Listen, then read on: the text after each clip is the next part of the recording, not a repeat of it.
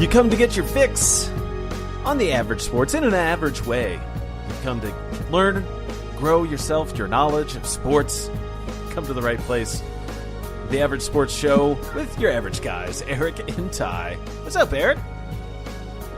What's going on, Are you Ty? losing your mind over there?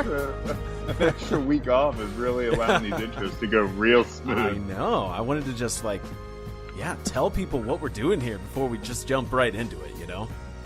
Gotta tickle the taste buds.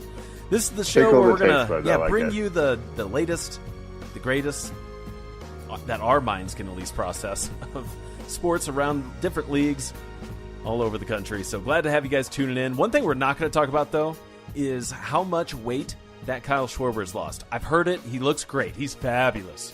I don't care. We're not talking about it anymore. Heard it way too much this baseball season. In fact, we're not really even talking about baseball this episode.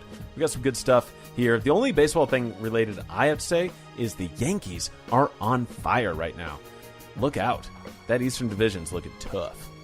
The AL East is just, it's a little top heavy. Because Toronto's pretty average. Tampa's a little better than I thought they were. They're only 2 games under 500. And Baltimore is just atrocious. I definitely thought they were better than this. That lineup is better than this, but they're awful. The Vegas Golden Knights still rolling. They're just destroyed every opponent so far. And yes, they did succeed 2 games against San Jose, but they still moved on pretty rapidly, I would say. They're making their way into the Eastern Conference Finals, so good. Congrats Western to that. Conference Finals. Thank you, Western Conference. That's why I have you here, buddy. You got to keep me on track. You wanted to talk about the Pacers and Raptors. You were liking what you saw in that final game. Game 7. More really what I want to talk about is LeBron James lighting up the Pacers and lighting up the Raptors. I mean, he has pretty much become a one-man wrecking show, and it's unbelievably phenomenal watching, especially the last quarter of any time when the game's on the line and seeing what he's doing. And they're pretty much dismantling Toronto tonight, so I think they're going to sweep them out of the series, and they're going to move right on to the Western Conference Finals. But there was a surprise I had here for you, man, that I wanted to bring up. Okay. Did you see the 3000s hit? Oh, yes, the 3. Albert I Pujols. know. You're absolutely right. I did see that. That is fantastic. It's good to have another guy in the crew. I mean, welcome Albert Pujols, the machine, man. 3,000 hits. It's awesome. It's such a thing here. Living in St. Louis is, it doesn't seem like LA really cares about it. And I can't say I'm surprised because they don't seem to care about anything about their sports teams unless they're doing great. But this definitely seems like it's a St. Louis thing. I mean, he got over 2,000 hits here with the Cardinals. So yeah, it definitely seems like it's going to be a St. Louis thing. But congratulations to Albert Pujols. Absolutely. And I hope when he goes to the Hall, he's wearing a Cardinal uniform. I think that would be more fitting. No pun intended there. But the fact that he actually won a couple of championships and got most of his offense going in that town. And that's the club that drafted him. So, yeah, again, I can't agree with you. see him at all wearing an Angels uniform for the it wouldn't make sense, Hall of right? Fame. Unless it was made of dollar bills. No, I mean, he did get paid that money that? to go there, Okay. so. All right, why don't we move on now with the show with our first topic today. It's impressions from the NFL Draft 2018. Some good stuff's happening because it's the best day, draft-wise, or how should I say that? It's the best day to be a Browns fan when the draft comes around, right? But well, it's just filled with hopes and dreams. Of course it is. And hey, we would all live in the watching clouds if we could, but... I mean, unless you're watching the movie Draft Day, it never works out for them, so... Well, draft. I want to just start off with the number 1 pick overall, Baker Mayfield. We all know that's where he went to Cleveland. What do you think of that? Is it really going to make a difference? And we've seen this movie before. We have seen this movie before. I mean, the last time they took a quarterback in the first round, we all know what happened. It wasn't great. It was Mr. Money Manziel. Some people, I think, have tried to compare Baker Mayfield to Johnny Manziel, and the fact that they have, similar bravado and they're a lot of swagger and they're kind of, shoot from the hip types of players anyway. I don't know that I really liked Baker Mayfield for that particular pick, number 1 overall. I thought they probably could have traded back and gotten some better value and still gotten their guy if Baker Mayfield was the guy. And they've been talking that apparently he's been the guy for, like, they had decided for a long time that was him. I was a little surprised by that, kind of overall, that they still went ahead and took him number one and didn't potentially try and move down the board. Because I was, Sam Darnold is who I actually thought was number one, or even, it's like on the tip of my tongue, Josh Allen. Or not Josh Allen, Josh Rosen. Okay. Josh is all mixed up now. Josh Rosen. Which all quarterbacks, there were a handful of quarterbacks going out. Allen went to the Bills. Looks like Rosen made it out to Arizona. It looks like some pretty fair pickups. But it doesn't seem like you're that much of a fan of Baker Mayfield going to Cleveland. And then again, I'm not too excited for the guy to go to that town. It's almost like a curse for a draft pick going out there. So looking at the top teams ranked, at least according to ESPN, it looks like who made the best draft picks? The Bears, right? Came out on top? Yeah, it looks like the Bears had the top draft grade for the year. They got the grade A. They selected Raekwon Smith, linebacker out of Georgia, number one. They had a couple of second-round picks and took an offensive lineman and a wide receiver. And then they just kind of filled in some of the other spots that they needed kind of throughout. And it looks like a lot of people liked what they did. Especially over at NFL.com. They really liked what they did there. They selected 8 overall. We'll see. They're in a pretty tough division, so we'll see if they're able to, allow Mitch Trubisky to get out there and do some things and potentially, get the Bears back to a better spot. Although I think the North may be a little bit down more than people think they will be this year. I think Minnesota will still be the best team, but I don't know that Green Bay is going to be the same, losing Jordy Nelson and they added Jimmy Graham, but without Jordy Nelson, we'll see. That's a fair point. They could be tough, but then again, no one should be too surprised if they have kind of a down year. Let's focus on some of the teams, though, that did not have a very good year. Broncos and Colts, namely. Get the ponies out there. Did they make good moves? Looks like the Broncos looks like they got some defensive backs. I like what the Broncos did, especially in the first round. Bradley Chubb coming off the end out of NC State. I think that's going to be a huge addition to what they have there on the defensive side of the ball to begin with. I'm really excited about that. It's an edge rusher. It's going to be someone that can kind of help Von Miller on the other side, because that's really what Von Miller does. And Bradley Chubb's really the replacement for DeMarcus Ware, who was obviously an aging star. As they moved down there. And so, then they filled in some other spots. They got Isaiah Yadam, I'm not sure I'm saying that right, in the third round there to fill the spot of Aqib Talib as well, too, with him departing. So, it was nice to see them fill some holes there, because I'm excited for the Broncos. But, dude, they're in a tough division, too, man. That's one hell of a division. I think you're right. Yeah, that's going to be tougher, especially seeing Oakland hanging in.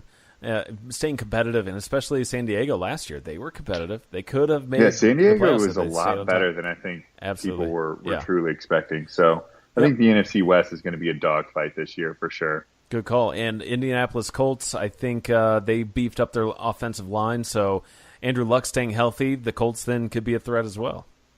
I thought that was super important for them. They spent 2 of their first 3 picks on guards to really help shore up the interior of that line, which was just unbelievably pathetic, over the last couple of years. Now, I mean, the big question is Andrew Luck going to be healthy? He's still not throwing, from what I've been hearing. So, I mean, that's obviously still a major concern if he's not getting out there and getting ready for the season, as far as like even being able to throw yet. But it looks like they did potentially get some guys there to fill the interior of that line and hopefully give them some protection. So last 2 teams I want to touch on was one of the worst, San Francisco 49ers, and then the Super Bowl champs, of course, Philadelphia Eagles.